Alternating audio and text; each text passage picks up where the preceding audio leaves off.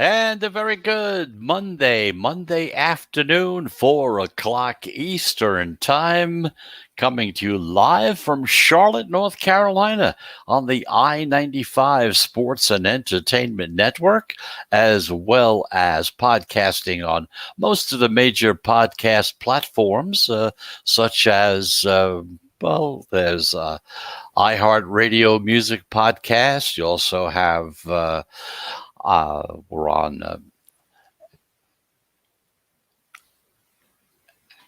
not only Amazon Music Podcast, but we're also on iHeartRadio Music Podcast, as well as also being on all the major platforms as well. So welcome to the show.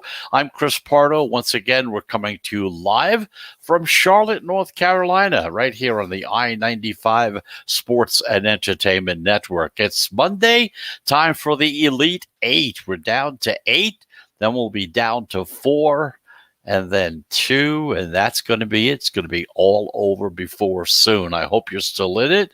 If you're involved in any of the various situations, I hope you're still in the game, as they say, and everything should be going fine for you as well. So today we're going to do some things. We're going to look at the Elite Eight, take a close-up look at the 8 teams that are in the tournament. We're going to look at the 4 that are on tap for tonight, that are on 4, the 2 that are 4 that are on tap for tonight, and also the 4 that are on tap for tomorrow as well. So let's take a look and let's see what we're going on here as far as what went on yesterday in the world of betting in the sports world. To begin with, of course, at the NCAA, the favorites went 3-1 straight up and 3-1 against the spread.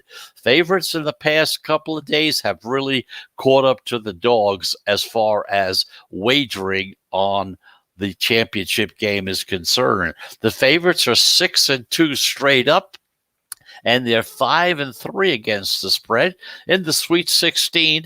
And the underdogs' lead has been cut now to 28-27, which is pretty good. But of course, 31-28 if you include the first 4 games as well. The over/under is 2-2 on Sunday. The unders are 6-2 in the Sweet 16, and they lead 32-23, or a little over 58%. And if you take in the first 4 games, you're at 36-23. You're at 61%. So if you understand that you have to be at 52.3 in order to break even or to get slightly ahead. So that's the story as far as the NCAA is concerned from yesterday. Again, today we'll have 2 games on tap for today, 2 games on tap for tomorrow, and that will take care of the Elite Eight as we know them now. So we'll go into more detail as to where the money is flowing, where the big money is going, where the pros are going on those games. So it'll kind of give you some more information so that you can integrate it with whatever system you're using right now. If you're happy with the system you're using, then just stay with it as you can. But sometimes, and now as we're getting down closer into teams that really belong where they are, the difference in the line is going to be a lot smaller than it has been in the past. You're not going to get 13, 14 points in any of the games coming up. So the story there has to be very simply that you will and always will have to do is be a little more tighter. So this way, as you're looking at 2 games, and one of the games and 2 of the teams, you would take a look and say, hey, look, I like this team, I like that one, but I don't know if I want to lay those 2 points or not. Perhaps the information we give you that has to do with how the big money, how the pros are going, might help you decide in which direction to go. In the meantime, also in the NBA yesterday, the favorites went 4-0 straight up, but they only went 2-2 against the spread. The Hornets, a 6.5-point underdog against the Suns, won. And, of course, Magic, as a 7-point dog against the Lakers, covered even though they did lose those 2 games. The Hornets lost and the Magic lost, but they did cover because they were 6.5 and 7-point dogs. Now, the favorites lead 334-330 against the spread. for the season as it is going so far, and they taking the lead on the overs and unders that were split at 2-2. The overs still lead, however. They're at 343 to 332, or almost 51% as far as the overs are concerned. And also in the National Hockey League, the underdogs had a great day all season long. All season long, all we've seen was that the favorites were really dominating as far as the NHL is concerned. And now the underdogs are starting to pull in. The underdogs went 5-1 after being 3-1 on Friday, and they were 7-4 on Saturday. So altogether this weekend, the dogs were 15-6 as far as hockey was concerned.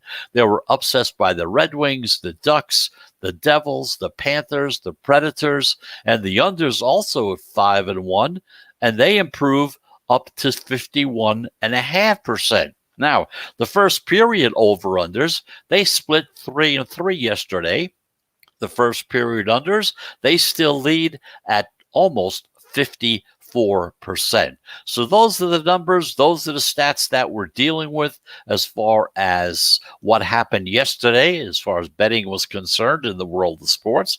And now what we're going to do is take some time and take our first break. We take 3 breaks in the show. Each one is about 1 minute duration, and we kind of take it from there. So when we do come back, we're going to take a look at the 2 games on tap for tonight. We're going to see how the line movement is going in those games, and also let you know how well the pros and which direction they're going as well. So just a reminder, you'll be back in the sports wagering zone right after this message.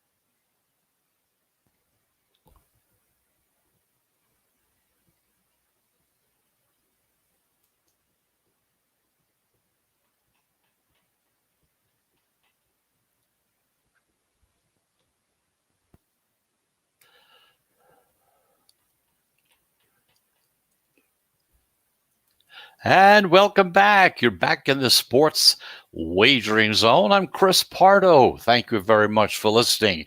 We're coming to you live on the I-95 Sports and Entertainment Network, as well as on most of your major podcast platforms, such as Apple Podcasts. We're on Amazon Music Podcast, iHeartRadio, Spreaker, and others as well. Most of the major platforms do carry the show. So welcome to the show. Thank you very much for listening. Believe me, we totally appreciate you listening to the show.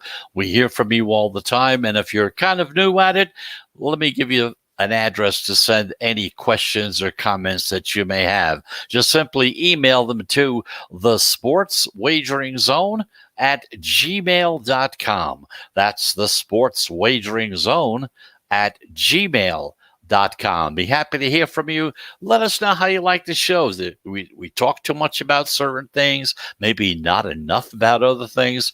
We've been doing the show for almost 5 years now, so we're kind of into our set ways, and we don't make many changes that we can think of. So we usually rely upon our listeners to kind of let us know and steer us in the right direction, because there's always change. There's no doubt about that. So we'd be happy to hear from you. So once again, you can send that email to the Sports Wagering Zone at gmail.com. Okay, let's get down to business now. The games for tonight. The Sweet 16 is over. And now we're going to turn our attention to the Elite 8. begins tonight. Okay, on Sunday, we saw the favorites go 3-1 against the spread, and they went 3-1 straight up. Now, the one dog to win and cover was UCLA. They were a 7-point dog. They upset Alabama 88-78. Now, despite a chalky Sunday, the dogs, they still have the edge in March Madness. They're at 33-25 against the spread, which is very close to 57%. Keep in mind, 52.3 is where you need to be to break even and start being on the plus side. So those are the numbers. If you would have just bet dogs right from the beginning, from the very start, if you would have bet nothing but dogs, you'd be at almost 57%, 56.9 to be exact. So for all intents and purposes, you'd be at 57%. You'll be very well suited and situated in that profit area. Meanwhile, the overs and unders, because they split 2-2 on Sunday, and they're now 34-23, and they're almost at 60%, 59.6 to be exact, in the NCAA tournament. So if you would have been involved in that, that's the way your number and your money would be going. Now, as we go into the Elite Eight, here are some updated odds for who's going to win the NCAA tournament. Now, this is according to BetMGM. BetMGM supplied us with these numbers. They have Gonzaga as the favorite, of course, plus 125. Baylor is at plus 450. Michigan is at plus 600. Houston is at plus 700. Arkansas at plus 1,600, USC at plus 1,800, UCLA at plus 2,000, along with Oregon State at 2,000 as well. So if you're looking for a good long shot opportunity, by laying $100 down, you get back 2,000. UCLA, Oregon State would be the way to go. Not saying they're going to win. I'm just saying if you're looking for a little, a long shot, in addition to maybe betting Baylor or Gonzaga on one end, you can cover yourself on the other end with some big money. Now, meanwhile, BetMGM also has odds. Of course, they have odds on everything, whatever you want, okay? They have odds on which state the champion will be coming from. Right now, Washington, of course, is on top, again, because that's where Gonzaga is located. They're at plus 125. Then the number 2 state to come in is Texas at plus 225, Michigan at plus 600, California, even though they got 2 teams going into it, at plus 800, Arkansas at plus 1,600, and once again, if you're looking for a long distance, long shot, you got Oregon at plus 2,000. So those are the odds of which state is going to have the champion. One of those states will come out on top. So we covered those odds. We covered the odds as to who's going to win the title. So in the meantime, let's take a look and see where the money is going for tonight's Elite Eight games. Now, to begin with, the first game's at 7:15 Eastern Time, and you got Oregon State against Houston. Now, this is a Midwest region game. You got the Cinderella 12th seed Oregon State. They're 20-12. And they're playing the number 2 seed Houston that was 27-3 for the season. Now, Oregon State, they're on an incredible super betting streak. The Beavers have notched 6 straight upset victories, winning outright as dogs in every game since the start of the Pac-12 tournament. Now, in the NCAA tournament, Oregon State upset number 5 seeded Tennessee 70-56, and then 4th seed Oklahoma State 80-70, and then they beat Loyola Chicago, the 8th seed, 65-58. But now they face a Houston team that has won 10 straight games. The Cougars crushed the 15th seed Cleveland State team, 87-56. Then they beat Rutgers, the 10th seed, 63-60 in a very close game. And then they beat Syracuse, the 11th seed, 62-46. Now, that's all the information of what's happened so far. Now, we look at the line as it opened. Houston is an 8-point favorite. As far as the public is concerned, they want to and they are laying the points with this red hot Houston team. But as usual, despite all this lopsided support that's going on to Houston, we've actually seen the line stay frozen at around 8 or even drop down a little to 7.5. So what does this mean? Very simply this.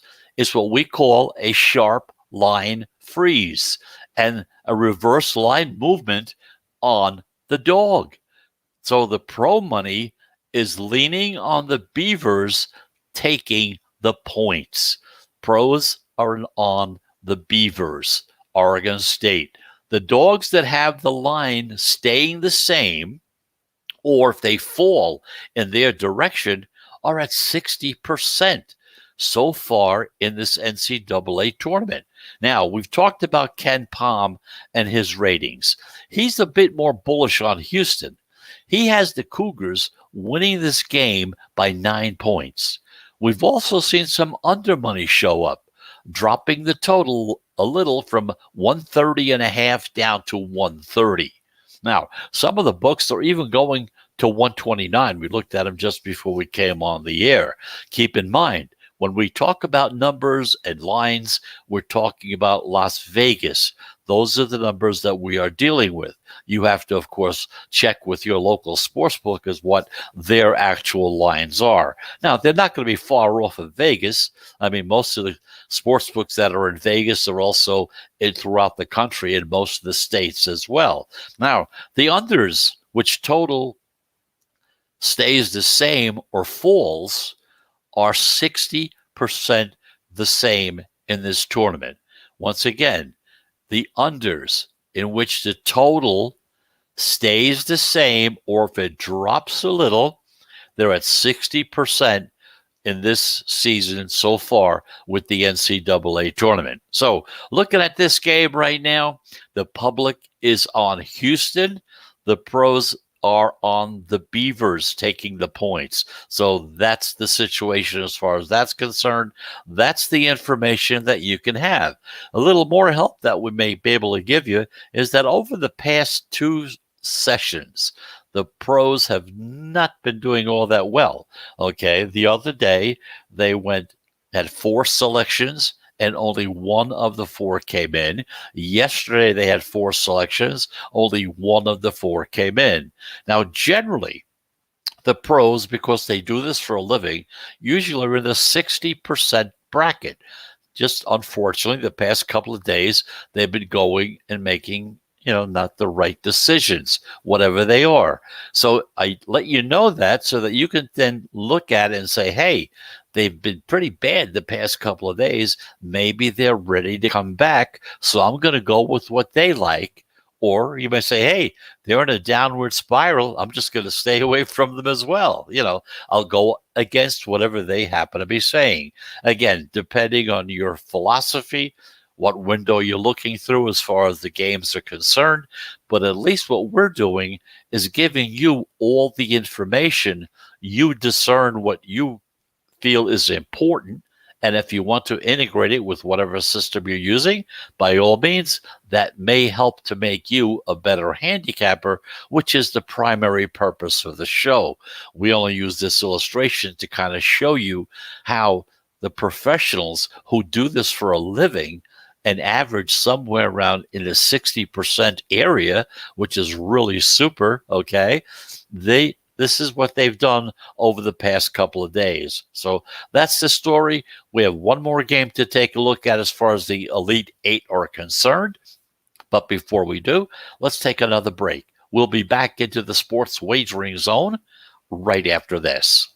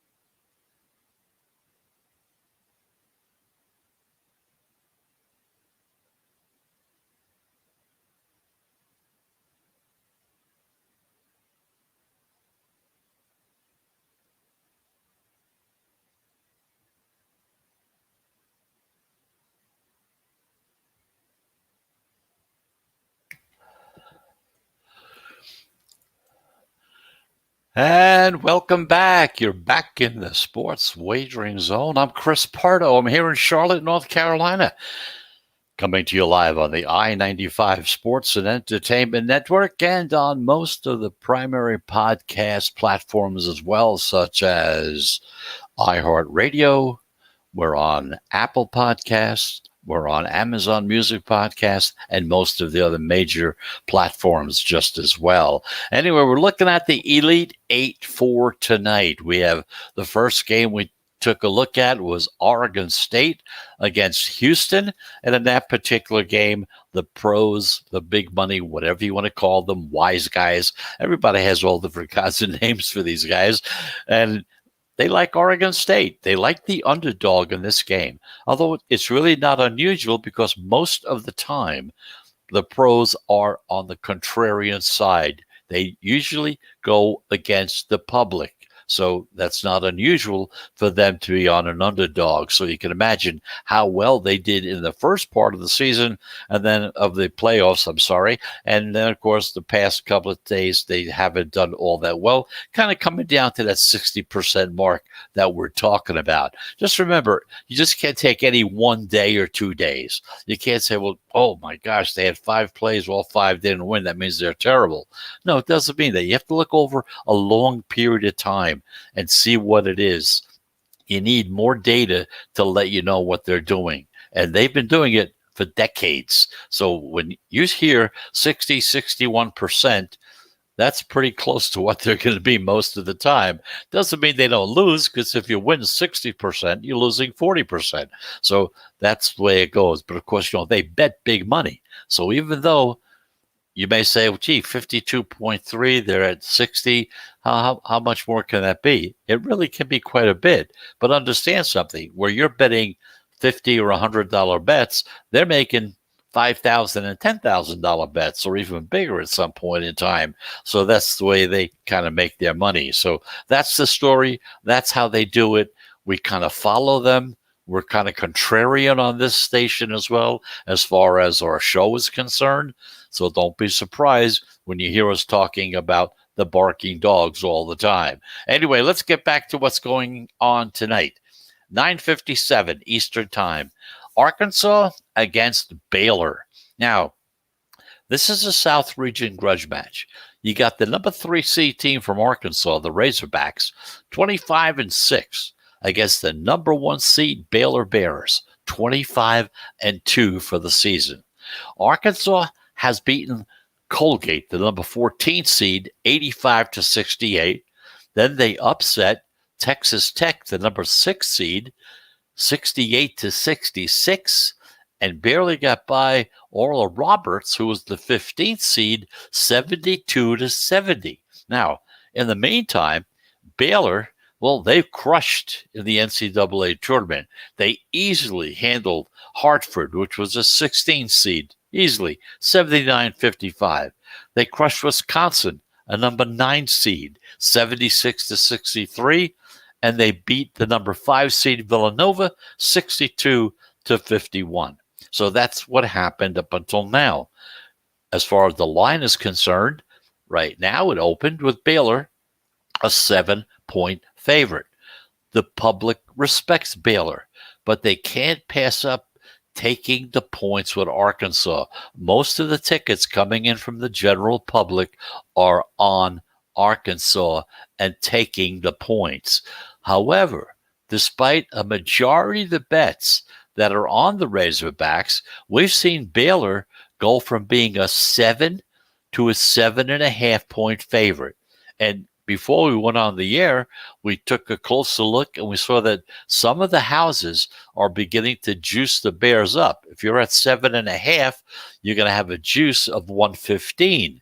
What that usually means is, if you're not familiar with the way these things work, is if the juice goes up, they may go up to 120, 125. At some point in time, whether it's 120 or 125, the line will then move to 8 so that the juice comes back down again to a more reasonable number. So it looks like there's a possibility it may even go to 8. So the thing to do is this: if you like Baylor, it may not be a bad idea to get in early. If you like Arkansas, might not be a bad idea to kind of sit back and see if it does go to 8. That gives you another half a point.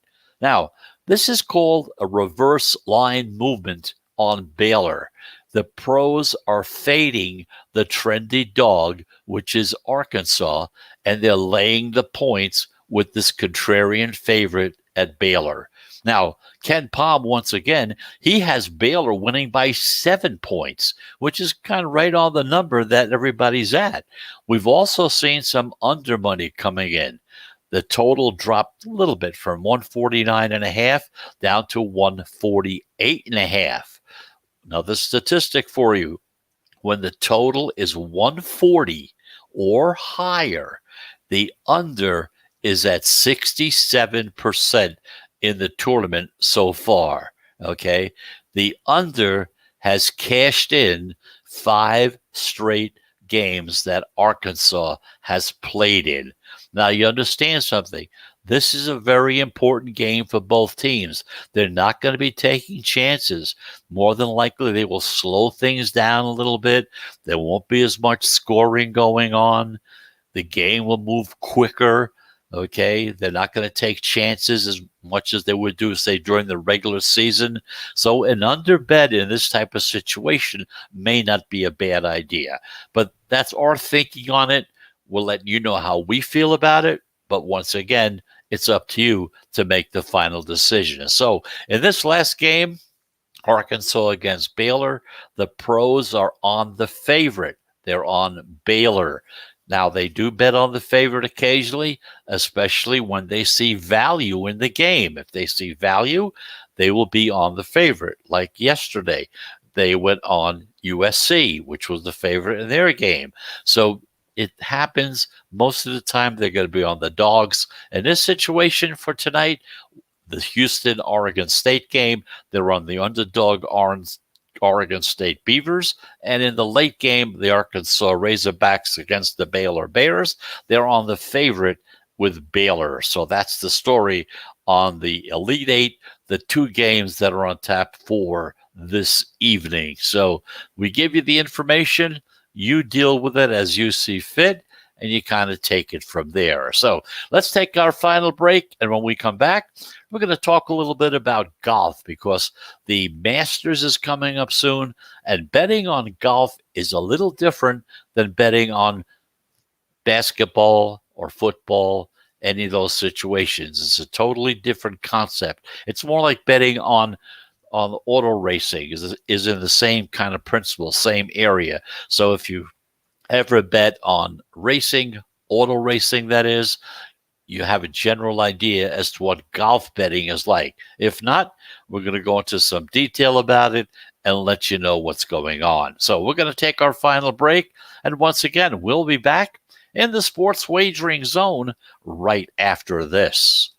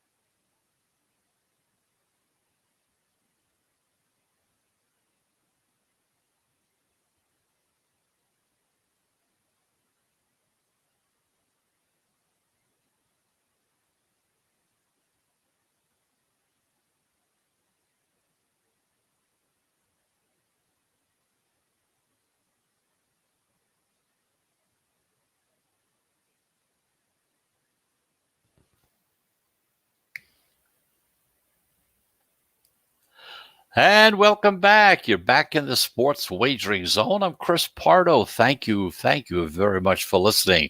We just got finished talking about the Elite Eight games on tap for tonight. The two games we talked about, we had the Baylor game in which the pros are on Baylor, and of course Oregon State. The pros are on Oregon State in that first game tonight. So now let's turn our attention a little bit to golf, because golf is a different form of betting. And of course, you got the Masters coming up real soon. Might not be a bad idea to start thinking about possibly betting on golf this time around. Because, golf betting has really, really grown exponentially over the past couple of years, especially since it became legalized in most of the states right now. So here's a few tips if you're a new bettor and if you're looking to kind of get in on some of this action as far as golf is concerned. Now, unlike most major sports, which focus on the spread, they focus on the money line, go on totals, golf kind of goes differently. It revolves around a different set of bets. Now, the most popular bet type is what we call the outright winners or to win bets. Okay. This is pretty simple. You're betting on which golfer is going to win the tournament. For example, let's say Rory McIlroy is the favorite to win the Masters. This means that if you bet $100 on McIlroy and he wins the green jacket and he's at 7-1, you win $700 plus you get your $100 back. That's your risk, obviously. Now, every golfer, they're going to have a specific price. The longer shots, the picks in the 50-1 to the 100-1 range, they'll be there too. While a lot of bettors are going to focus on the favorites, there is value when you bet the long shots, specifically in the 30 or 50-1 range, because if they win, you cash in pretty big. Either 30 or 50-1, somewhere in that area. Or you just need them to contend into the final round on Sunday, because then you can take advantage of a hedging opportunity.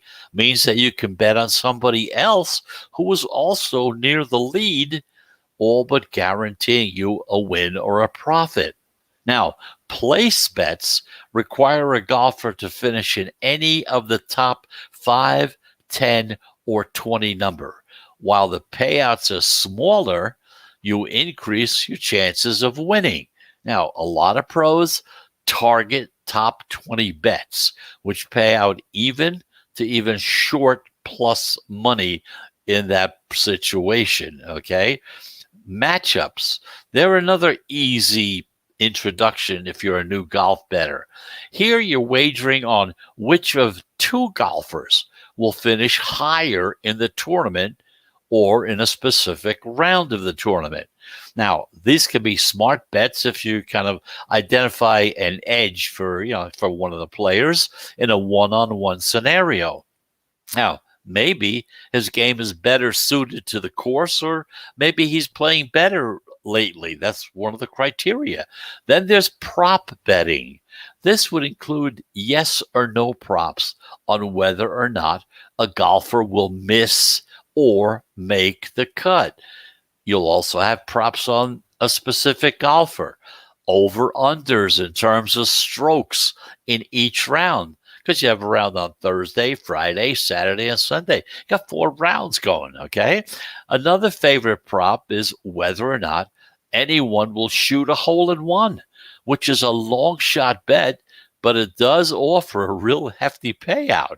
Now, another one is betting on who will be the top golfer for a particular nationality.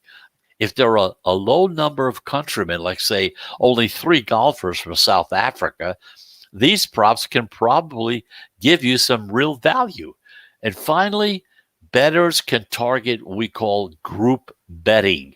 Sportsbooks will group together 3 or more golfers, and then as a bettor, you can pick who's going to come out on top out of that particular group. Futures betting is also popular in golf. An example of a future would be, say, how many majors will Tiger Woods win this year, even though we know it's not Tiger Woods, but let's just say Rory McIlroy or Spieth or someone like that, whoever it is, how many majors that they are going to win. Now, here are some tips. No one becomes a golf expert overnight. Understand that. It's not going to happen, all right? Like any other sport, takes time, takes a lot of effort, okay? Hard work, of course, as usual, experience, okay? The first step is knowing the field. You got to study some of the players. Become familiar with the courses that they're going to be playing on. Different players have different strengths, whether it's the accuracy when they tee off, or maybe they have a great iron game, or maybe they're great putters. Try to tailor the golfer to the course that he's playing on and look for the course form on that particular course. For instance, look at it this way. Golfers who drive the ball far and really straight are smart bets if the course is long and they have big fairways. Shorter courses, they're more suitable for golfers that have a strong iron game. It's often said that golfers drive for show and they putt for dough. Good putters hold a distinct advantage across almost every course of the country in the world.